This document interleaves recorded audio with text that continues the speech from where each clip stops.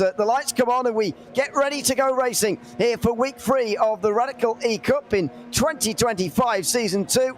We are now underway, and it's a pretty level, even start on the front row between Gullickson and Brun in towards turn number 1. The front 3 already getting into single file through the opening corner of the race in towards turn 2. They'll do same again. It's side by side for 4th place, a little bit further behind, but that will get sorted out fairly quickly as well here. Run down the hill, all looks clean, and it's all pretty stable. The leaders, at least Gullickson anyway, holding on to that front position ahead of Heinz Brun in 2nd place. Meanwhile, Heinz Brun is under real pressure here from Kjell Jarlsson, and this could already give the advantage to Harvard Gullickson, who's in the lead here on the way in towards the final 3 corners. Larsson's on the outside line of Brun in towards the right-hander. He's not going to get anywhere there. Around a track like this with asphalt about as patchy as my face when I was 14, you can't really rely on it too much. That front splitter can get disturbed a lot around here. We have even more of them all throughout this field, as we'll see a moment for Luke Crowley. He was running in a solid top 10 position. However, this was that off-track excursion that I just saw in the corner of my eye.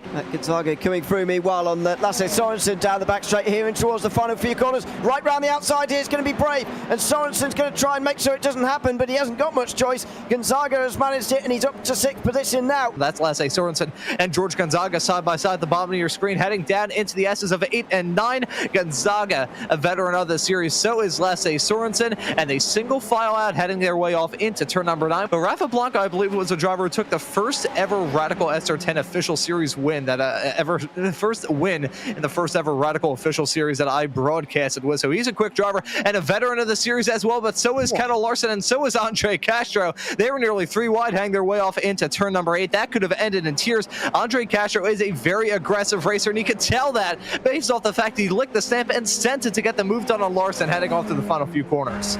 The mistake is made, the damage is done. Blanco and Castro are now in front. Now what are they going to do on the back straight this time round? Well, they're going to get second. That was unexpected, but Heinz Brun goes for a spin at Moss Corner. It's the classic error. And rejoining, he's straight into the side of Sorensen, who now clips in front of the rest of the field as well. Dennis Kirikopoulos didn't have anywhere to go, and they're both in the wall. All started really from that rejoin. So this is the mistake. There's nothing wrong with this because everyone's done this in towards Moss Corner. Slightly too wide, and Heinz Brun spins around, but as disappointing as that is, can't rejoin right in front of the others on the apex there, or the exit rather, the racing line. Sorensen gets clipped, he comes back across the road. How he doesn't force Gonzaga into a spin as he comes across the road, I'm not sure, but Kirikopoulos didn't have anywhere to go. Sorensen completely out of control here, by the way, and Kirikopoulos goes straight into him. A real shame in the end for those two. They're both down on pit lane now. We'll watch the battle for 10th, or 9th rather, on the bottom of your screen. Hard trying to get past Bertolucci, and he's not going to be successful there, or is he? Maybe on the inside of the second to last corner. Well, yes, he is. He's going to stay alongside here, and the two are going to continue absolutely side by side, but Bertolucci will eventually prevail. I remember making this discovery towards the end of last season, the fact that Andre Castro used to run in some NASCAR Euro events. So he's a quick driver out of New York, so we're going to be keeping tabs on him a lot throughout this official season. Only damaged emotionally, I suppose, after the incident. So he's looking for a way through here. Kim Andre Bjortland is just in behind, as well as meanwhile it's side by side for 3rd. Larson getting ahead of Blanco, and that was almost orchestrated between the two. Not a lot of drivers getting struck by falling anvils. It has been a clean and a smooth race up to this point. So well done to these racers for keeping it clean. Well, as you say that, Brun goes a little bit wide. Familiar faces that we're starting to know now on Friday nights as Bertolucci and Haga again go side by side, and that's contact. That's good, and Haga goes around.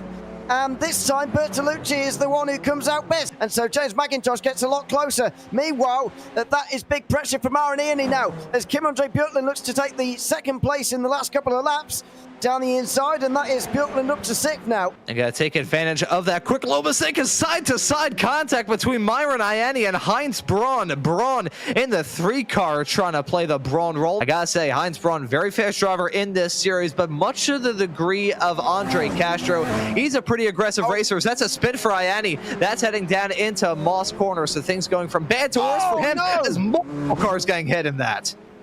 And it's still going. Maranini again hit there by Gordon Haag, who smashed into Hulkinen. Let's see how it all happened.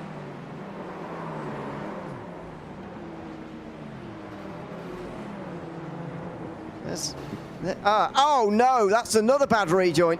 So Maranini actually goes for a spin in the first place, then tries to rejoin, and is smacked by Hulkinen, who didn't have anywhere to go. Meanwhile, Kim-Andre Bjorklin's gone for a spin out of the very same corner. But never mind that incident coming out of turn number 5. We got battle heating up for the race lead. Gullikson and Castro covered by about a 10th, heading down into turn 2. Can Castro avenge that loss from last week? He was passed on the last lap at Road America to be denied victory, and this could be a change for the lead now with just 2 laps to go at the end of this lap. Down the straight, in towards less than a tenth and a half. Less than a tenth now. Castro pulls to the outside. He's got so much more speed on the outside line here. He might even be clear by the corner. Gullikson is not even alongside anymore. Andre Castro takes over the lead. Let's see how it's going to shake out in the final lap of this race. A white flag in the air. One more lap of racing action, and Andre Castro finds himself taking that white with a half a second gap to himself and Harvard Gullikson. How's he run out of here? And for Castro, it's excellent. An excellent run out of the corner, and surely that sealed the race win for him now. 7/10 of a second his margin. He weaves around again from the left to the right. Gullikson chases the slipstream all the way across the road, of course, but he's going to get nowhere near here. This is going to be Andre Castro's best race and drive of the season for sure. 7 places gained and a race win to go with it as well. One which he was so cruelly denied just 1 week ago as a result of the last lap pass. It's going to be a last lap hold on here for Andre Castro. He crosses the line, checker flag waves at Mosport, and Andre Castro wins here at the Canadian Tire Motorsports Park ahead of Harvard Gullikson by 5/10 of a second. The money corner, as you described it, Moss corner, was where it was won for Andre Castro. His run was electric. He is the fastest man in this field, and 7 places gained gets him the win here tonight ahead of Harvard Gullikson. Dale Larson only 1.3 seconds behind. Rafa Blanco only 3 seconds behind. A very close top 4 again. George Gonzaga had a bit of a gap back to him. He finished just ahead of Heinz Braun, who was involved in some of the more controversial incidents of the race. Ian Bertolucci gained 8 places after spinning on lap 1, so I think he'll consider this a good day, at least morally, if not his I rating and safety rating might not say that. Tim's McIntosh ghosted his way up to 8th, overtaking loads of drivers who had issues, including Kim-Andre Bjorklin, who finished his 9th. Gordon Haag survived that hit through Moss Corner to finish in the top 10 with the likes of Maranini and Mika Henrik Hulkinen, who finished down at the back end of the field. Lasse Sorensen and Dennis Kyrkopoulos were 2 laps down. They did re-emerge from their incidents. Luke Crowley did not, unfortunately. He finished 17 laps down at the very end. Let's see what happens next time out. We'll be visiting Suzuka at 9 p.m. GMT. That's in 7 days' time for the 4th round of the Radical eCup here in the 2nd season of 2025.